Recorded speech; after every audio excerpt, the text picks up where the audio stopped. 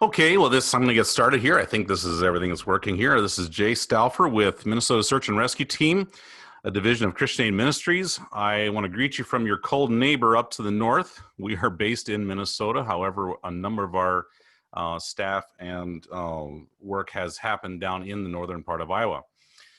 I'm grateful for you taking the time out of your day to be here and let us share some of how we can come alongside and assist you in times of lost or missing persons when you may need some assistance or some trained people to help you run a search quickly and effectively. My name is Japheth Stauffer. I am one of the founding board members and the current member of the Minnesota Search and Rescue Response Board. And I'm primarily the PR guy for the team. So I want to thank you for being here. I have been instructed by the coordinators of the conference to ask that you hold any questions till the end, and then there will be a Q&A time for us to answer some of them. Okay, so who are we? We recognize that during times of high stress and need for quick responses, calling in unknown people can oftentimes add more headaches than what it's worth. And we want to be an asset for you. We don't want to cause more stress, more headaches. And so our goal today is kind of introduce ourselves to you so that when you face the need to get some other searchers in to help you to try and cover areas quickly and effectively, that you know a little bit of who we are. And it's not a completely call in the dark. You can know what we bring to the platform and to help you accomplish the task that you need to do. Couple things to know about us. Number one is we work alongside you. We are not here, we're not going to step in and take control of the search and say, this is, okay, we're going to do it this way. No. Our goal is to work alongside you in whatever role you want. And so I'm going to be going on in the future here, and then the rest of the presentation, to show you some of the resources we have and how we can be of assistance. And then it is up to you or whoever the IC is to determine how we can best be used in whatever situation you're facing. So we can provide some of these vital resources to you that may be impractical to stock for yourselves at all times. Like stocking some of the equipment we have, having trained people on staff, for the few times a year we need them. And lastly, we are very affordable for you to try and help stay within your budget. I'll talk more about that later. So who are we? Well, we're a group of over 30 men with a desire to assist our communities in our times of need. Most of us come from Mennonite background, or we are still in the Mennonite faith, and we are used to hard work. We have that in our kind of in our genes. I don't know if you want to say that, but we are used to working together as a team. Community spirit is a big thing amongst our people, and about 3 years ago, a few of us guys started asking the question, we don't get involved in politics, we don't get involved in the military activity, but what are some ways that we can give back to our communities to be there and be an asset to them during times of need and times of stress? And in researching some of this with some of our local sheriffs and watching what has happened in other states, we have decided to form our own team here as well. A few things to know about us. We're all volunteers. No one is paid to be here, but we do it out of a desire and a passion and for the work, and I'll talk about that later. We come from a wide variety of backgrounds. We are EMTs. We have some of them are EMTs, some are paramedics, some are businessmen, farmers, construction workers, hunters, and there's just a lot of different occupations we come from. Our average age is 26, so it's a fairly young team. Talk a little more about that later, and all have passed our background checks. This is our team picture that was taken about 2 years ago at the completion of our training. There are about 5 more guys here there are about 5 more guys on the team now than there were then. So what are some of the assets we bring to you that we can assist you in when a search is called? Well, the first thing that we have is we have a mobile command trailer. And this is what we use to organize our searches from. I'm going to show you some of the features we have with it. But this is a place where the IC of the search, the sheriffs or whoever are involved with this, whoever in charge of the search can privately discuss the search with the rest of the team. They can call the shots. They can decide what needs to happen, but it's a place away from other people. A lot of times, you know as well as I, that when there's a need for a lot of people, we call for the public's assistance. And having a private place where you can talk away from them can be sometimes a problem. This is a place where we can do that as well. We have our own registered VHF radio system with a 50-watt repeater, 30-foot antenna, and we can reach out several miles depending on the terrain so that we can stay in contact with our guys at all times. Most of our guys carry their own radio, and so we can maintain communication with them in real time. And whoever is in charge of that, has access to all that communication as well. You know, the winters get cold and the summers get hot. And so as you can see on the picture there, we've added a heat pump to our propane furnace so that we can actually cool it down in the summertime and keep the guys that are doing mapping and ops and IC cooled and a little bit able to think straight during the hot months or the cold months. So that's a feature that we've really liked. Here's what the inside of the trailer of the IC or the command trailer looks like if you open up the back doors. On the left-hand side here, I don't know if you can see my mouse on the screen here, we have the computerized mapping. That is where we can give real-time views, or I say real-time, you know, with up to the hour views of where all the tracks are from the GPSs that the guys are carrying. I'll show you a few of those maps here in a minute. We also have a printer back there that we're able to print off our search assignments, reports at the end of the day that you can keep for your records so that you would have that for any litigation or any other things that would be needed later. Our second computer is not shown. It sits back behind the printer. That is what we do our ops from. We do a lot of our data entry and search assignments. Behind that is our radio control and all of our radios and GPSs that are stock with the trailer. Most of the guys, like I said, carry their own radios and GPS units, but we have extras, especially when we enlist other people to help us to make sure that everyone's got a track on them.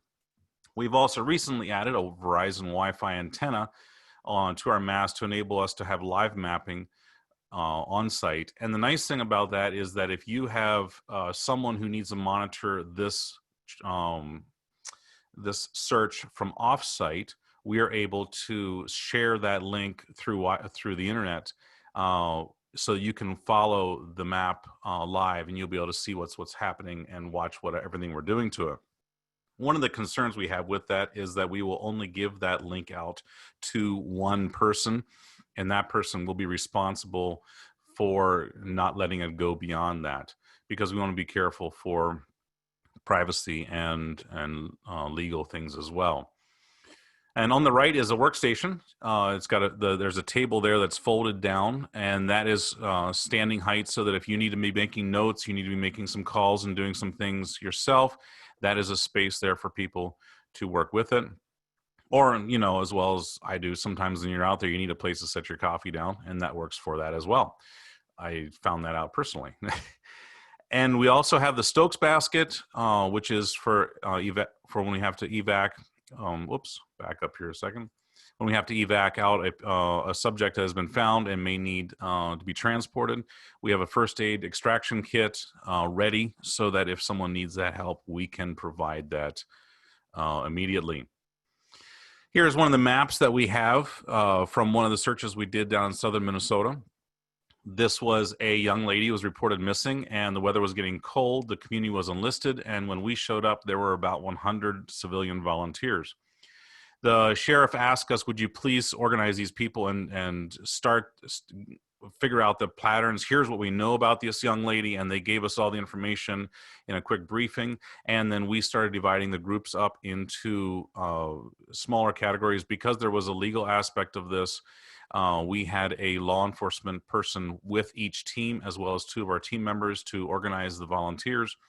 And you can see from the different colored tracks, we had some that were specifically focused on certain things. We were able to send out, like the dark blue was a hasty team, just to quickly get out and run the perimeter to make sure, there's any sign out there that we can quickly close in the area. And then other ones just to quickly try and coordinate where each team has been. A few hours later, because we were able to do that, the sheriff was then able to start focusing on other areas where she could have possibly gone.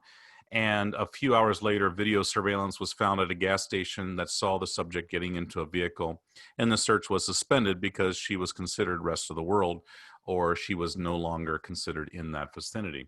So we were able, again, to say, here's what we covered very quickly. And I just show this to give you a little bit of an idea of the mapping that we do. Now, one of the harder searches that we did was our very first one was up in close to Duluth, was in a huge swamp. And this was the second time we were out there. The first time we were out there about 5 days after a hunter went missing.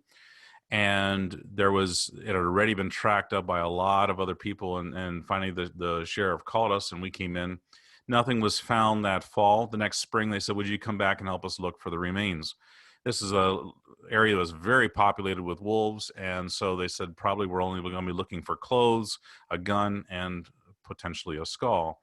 And so we had to do a very close grid search, and it's very hard for you to see these lines, but this is about 180 acres that we covered in 2 days. Those red lines are all the GPS tracks from our guys. They average between 6 to 8 feet apart. And they found everything from spent cartridge shells from deer hunters from who knows how many years back to a spark plug that the guys who logged it out over the winter took out. But basically, we know for a fact that the subject was not in that area. And so we were able to give that to the sheriff, and he was able to say, good, we know that it's not there. We worked closely with dog teams in there as well, just to see once if there was any triggers or things like that. They suspect there is still the suspicion of foul play, and so I cannot go into any further details on that. Our mobile command trailer is also our goal is to have it on site within 3 to 5 hours of your initial call to us. Now, obviously, location is going to be the biggest determiner of that. Because we're based in Minnesota and some of us come from northern Minnesota, it's going to take longer for us to get there. However, our trailers are stored in a south central Minnesota area close to Wilmer, Minnesota. And so we could potentially reach most of Iowa within that 5-hour window. I'll talk a little more about some of the options we have if you're in the southern or eastern end of Iowa. This picture was actually taken from when we were assisting our Illinois sister team in a water search. There was a boater had been lost and they were looking to have some help.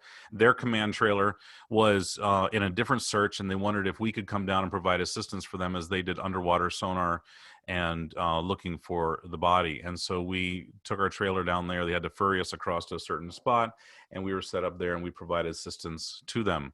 We have 2 sister teams that surrounds Iowa. One is in Illinois and the other is in Missouri. And so we all work together and we can help provide assistance anywhere in Iowa that you would need that. The second trailer we have is our staging trailer. When we first got the command trailer, our first search was in the wintertime, and where it was getting down to 10 below at night and up to about 20 above in the day. And a lot of the guys were just cold, and the only place for heat was in that command trailer. And so we started looking at what can we do to get a place where the searchers can come back and warm up, get food. They can read the stats and see what's about the person we're looking for. They can see the maps that we print out for them to show what's been covered and what we're looking at covering in the future. And it's a great place for just grouping as a team. It does. When we have an active search going, one of the things we use a staging trailer is we sign everyone in and out. We keep detailed records of who is on site, especially when civilians come. When civilians are used, that can create a headache and nightmare to know who is where. And so we are trained to organize them all in, to get them checked in and out, and to keep them in teams so we know who is who and where they're at all times. When a searcher needs to leave, we require them to sign out, and then we record them as off scene, and they are on their own at that time. This was taken at a search we had up here in northern Minnesota. We also have a small kitchen in there so that the food is plentiful, and the searchers have a place to refuel. There's also a working bathroom and a shower should it be needed. Well, the bathroom, of course, but the shower should it be needed for any reason.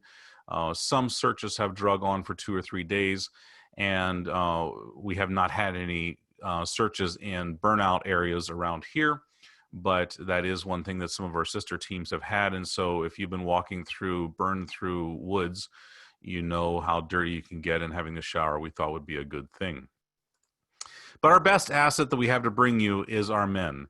You know, these are men who choose to be here. They were not recruited. They have chosen to give up their time, and they've invested quality time and money to be prepared for your call. This was taken at our week-long training that we did here about 1.5 years ago, actually 2 years ago.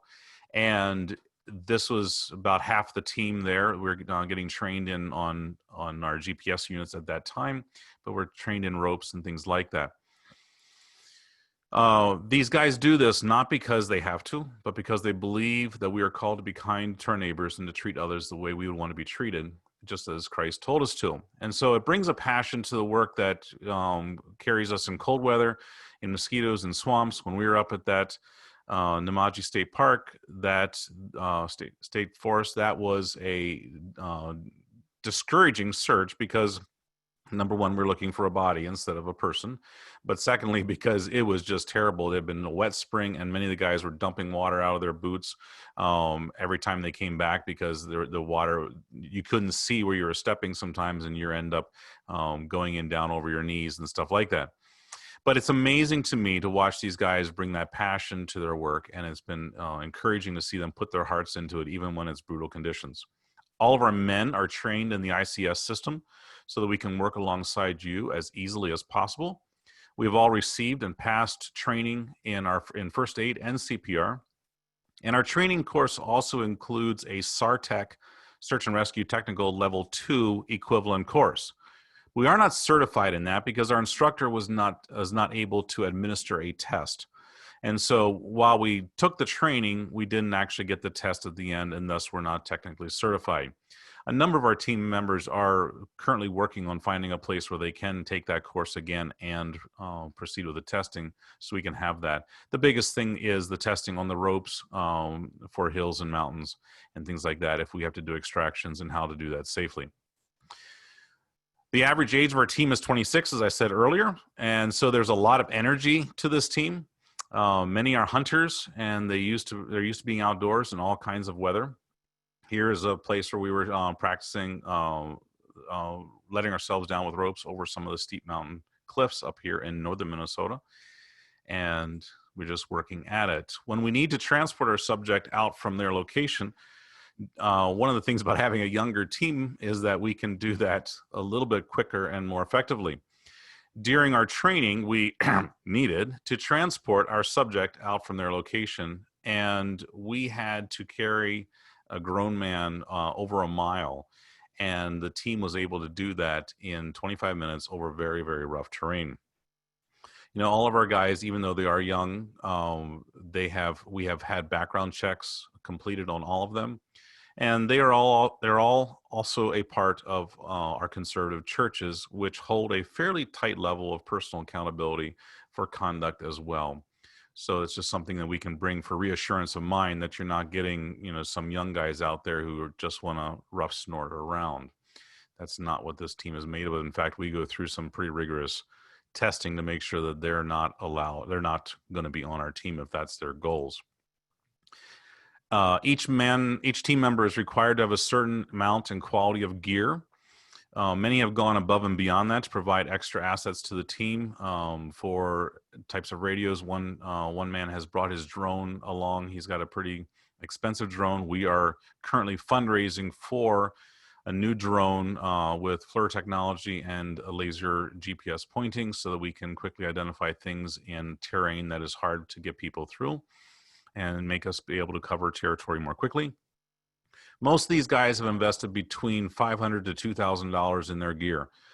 That includes their search bags, that are the search packs, as you see, personal safety equipment, first aid equipment for subjects should they be found, and that sort of thing. All of our men wear a uniform, and they're carded for easy identification by you when they are on site. This is, again, to provide security for you, that you know who these guys are, you know who's been vetted, and you can trust them. And that is one of the big things that we want. We want to be able to have a trustworthy workability with you all as well. This is a picture of our team at one of our last searches. We were completed. The subject had been found, had been transported to the waiting ambulance after having been out in the weather for 2 nights below freezing. And this was a picture that was taken. And the guys are packing up their packs and getting ready to close up the staging trailer. And we were just getting ready to head home, and some of them are kind of bushed from the early morning. So what does this cost you? This is one of the big things. You know, the reality is it costs you nothing. Well, nothing but a phone call. We need you to call us if you want us to help. Obviously sooner rather than later, because it does take us some time to get on there.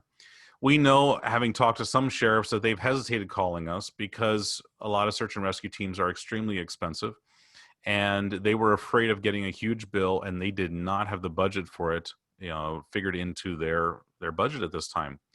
So how do we provide these services free of charge? Well, we are self-funded through an organization called Christian Aid Ministries. That's a huge organization of Mennonite aid worldwide. I think last year their donations that they took in were somewhere in the realms of $180 million. And they use less than 5% on their own infrastructure and personal aid or personal structure in the organization. The rest of it goes to providing outreaches like this so that we can be that asset to you. We are also supported by our churches. You know, when we go on a search, our churches get a call simply saying that we are going to search in a certain area.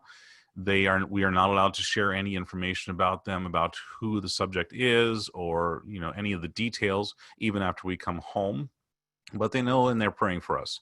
And when we're close enough, when our search is close enough to one of our churches, the ladies will often come and bring lots of hot food for both our team and yours. And they support us very well during that. Safety is a big thing for us, and we recognize that things can go wrong quickly. So their prayers is one thing that we've been very grateful for during some of the difficult times we've been out. Oh, so yes, I forgot to click through these. Yeah, we're self-funded through CAM, through our churches, and they bring us food. And here's the other thing. If you want, what's it going to cost you? Well, if you bring us food, we will eat it. Our young guys, they can go through a ton of food, and so we try to bring a lot with us. But you know how pizza goes down when you've been out stomping around in the woods all morning in the cold. That is a big draw.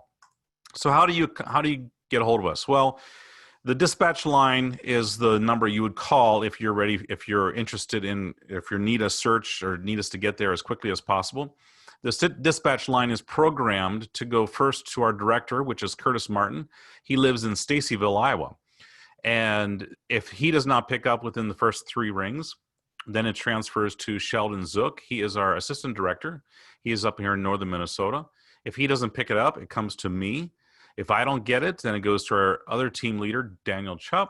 And if that doesn't happen, it goes back right to Curtis. And so if you call us at 2 o'clock in the morning, please be aware that some of us might take us longer to wake up than others, but leave it ring. We will get to it and we will answer it so we can get back to you, or we can get started on this as quickly as possible.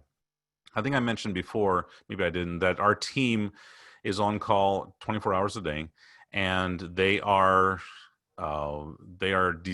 instructed and trained to be ready to go, hopefully within 15 to 20 minutes, day or night. I said we also work with Illinois and the Missouri team. So if your search is closer to them and you contact us, we will work with you, and you say, no, we want you to come, we'll come. If it's way down in the southeastern Iowa, we may give you the contact information for the Illinois or the Missouri team to get them there, because they'll be able to get there a lot quicker than we can. This is not about pride where we respond to more searches. We all work together to make sure that your search gets handled as quickly as possible. We don't have a decent website at this time. We're working on that to get that close. The phone numbers that you see there for under Curtis and under Sheldon, they are their personal numbers. If you want to take that down so you can call them to get more information about that, you are free to do so. So that would be the best way to do that. Okay, well, again, my name is Japheth Stauffer. This is my contact information. I am simply one of the board members and a team member. I do not work in the command staff, but that is what I have to share there. You can take down that information. My cell phone there is 218-556-9631. If you want to call me with any other questions after this time. I think I gave Beth permission to place this publicly online, so you can go back and look at these again so you can see these slides and get the information. And if you need to email me personally for any reason, that is the email there that you can send.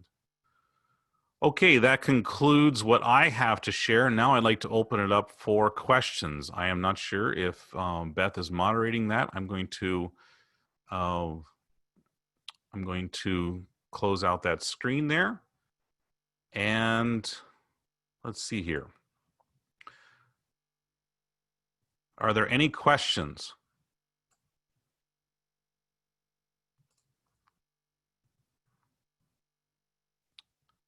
Okay.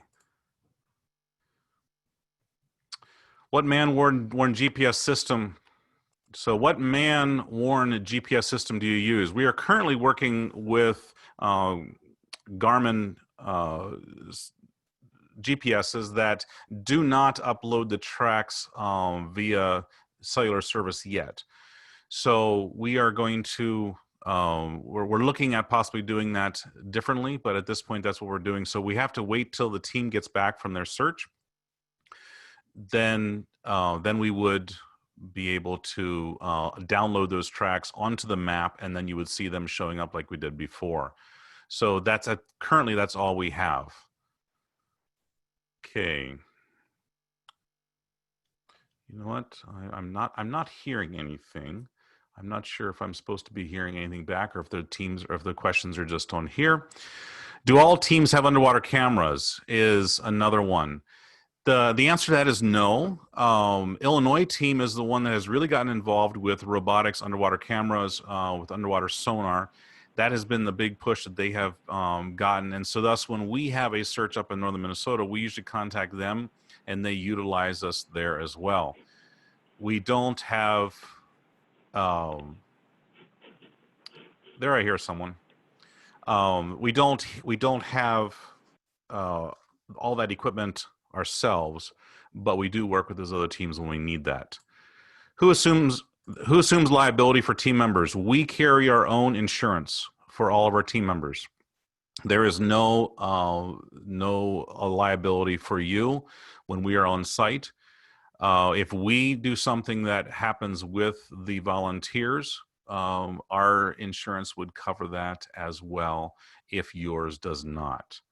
So that's one of the things we do. We try to work with you directly as much as we can, so we don't have to have as many volunteers, because that can sometimes, they don't know as much what they're looking for. But you know how it is when it's a community organization, it's hard to turn them away and still maintain community goodwill. What is the best way to page out your team? Is to call the dispatch number. That is correct. So if you call the dispatch number, you're going to get one of us. We're going to take your basic detail information. We're going to find out, we have some questions that we ask you, and then we have a call that goes immediately out to all of our members, and they all are instructed to respond back if they can respond on site or not.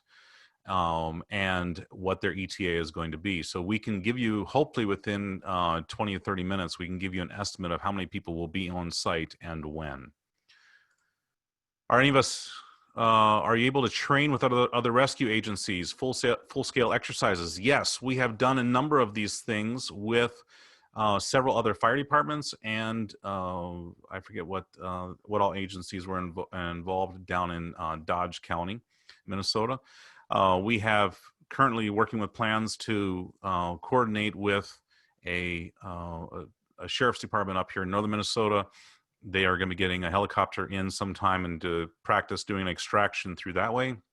And they're wondering if we can come in and help train alongside of them. And we are planning to do that sometime here in the next year. Are any of you ham radio operators? No, not that I'm aware of.